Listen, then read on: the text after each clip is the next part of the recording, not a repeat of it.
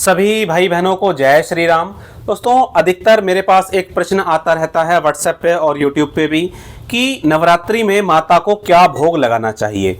तो इस प्रश्न का आज के वीडियो के माध्यम से मैं जवाब देने जा रहा हूं कि नवरात्रि में आप माता को क्या क्या भोग लगा सकते हैं।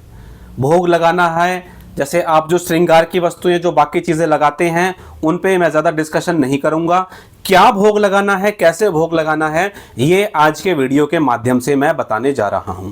सबसे पहले हम बात कर लेते हैं कि मान लीजिए आपको किसी मिठाई का भोग लगाना है, तो अगर आपके घर में पहले से कोई नेगेटिविटी है तो वो एक अलग मैटर है, उनमें मैं भोग लगाने की मनाही करता हूं। नवरात्रि में आप भोग लगा सकते हैं, बेझिझक भोग लगा सकते हैं। तो मिठाई का अगर भोग लगाना है तो भाई बहन पूछते हैं कि किस चीज़ का भोग लगाएं। बहुत सरल सा और साधारण सा जवाब आपको मैं देता हूं कि ज़रूरी नहीं है कि आपको 1 किलो 10 किलो मिठाई का भोग लगाना है। आप अपने आसपास की जिस भी दुकान से मिठाई लेते हैं उस दुकान पर जाइए और उनसे बोलिए कि आपके पास जो बेस्ट क्वालिटी की मिठाई है वो उसका भोग आप देवी माँ को लगाइए।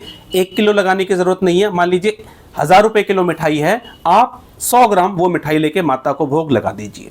या दूसरा ऑप्शन है कि जो मिठाई आपको सबसे ज़्यादा पसंद है और महंगी मिठाई है उसका भोग आप माता को लगा सकते हैं। ऐसा नहीं है कि किसी ने बोल दिया अरे माता को पेड़े पसंद है तो कहीं से भी 50 रुपए के पेड़े ले लिए, कोई क्वालिटी नहीं है, वो जाके आपने माता को भोग लगा दिया। इस प्रकार से भोग नहीं लगाना होता है, ये चीज़ आप ध्यान रखना। एक अच्छी क्वालिटी की मिठाई अपने देवी देवता को आपको भोग में समर्पित करनी होती है। दूसरा क्वेश्चन मेरे पास आता है कि हमें श्रृंगार की वस्तुएं चढ़ानी है, 16 श्रृंगार की वस्तुएं चढ़ाएं, 5 चढ़ाएं, 7 चढ़ाएं, क्या चढ़ाएं। देखिए, अगर पुरुष इस वीडियो को देख रहे हैं तो उनके लिए मैं पहले बता दूं, आपके घर में आपकी कोई बेटी है, बहू है, बहन है, माँ है या पत्नी है, जो वो सामान यूज़ करती हो जिस क्वालिटी का, जो नेल पेंट, जो भी चीज़ें होती हैं, सिंदूर हो गया, लिपस्टिक हो गई, जो भी वो सामान यूज करती हैं उस क्वालिटी का, उसी क्वालिटी का सामान आपको माता को समर्पित करना है 16 श्रृंगार के रूप में।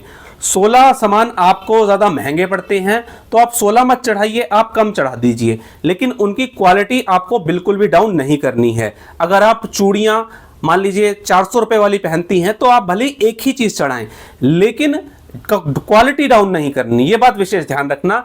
एक ही चीज चढ़ाएं लेकिन उस क्वालिटी की चढ़ाएं जो आप पहन रहे हैं। और आप अगर फाइनेंशियली साउंड हैं, आप फाइनेंशियली सक्षम हैं भोग लगाने, माता को श्रृंगार चढ़ाने के लिए सारा, तो आप 16 श्रृंगार की वस्तुएं माता को चढ़ा सकते हैं। ऐसी चीजें चढ़ाएं जो कोई व्यक्ति ले तो उसका उपयोग कर पाए, और जो माता की शक्तियां होती हैं जैसे योगिनी, जोगनी या जो यक्षिणी होती हैं, उनको वो चीज़ें सूक्ष्म रूप में प्राप्त हो जाती हैं।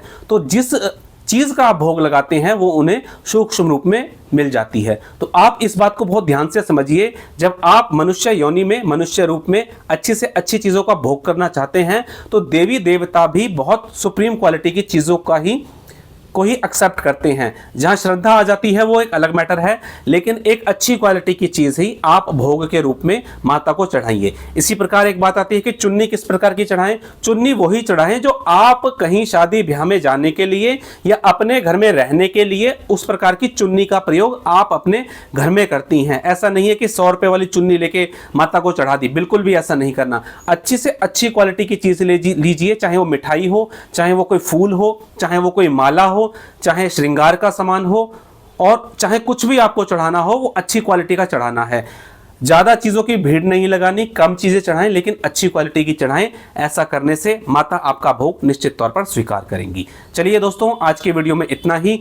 मिलेंगे इसी तरह की जानकारी के साथ अपने अगले वीडियो में। तब तक के लिए जय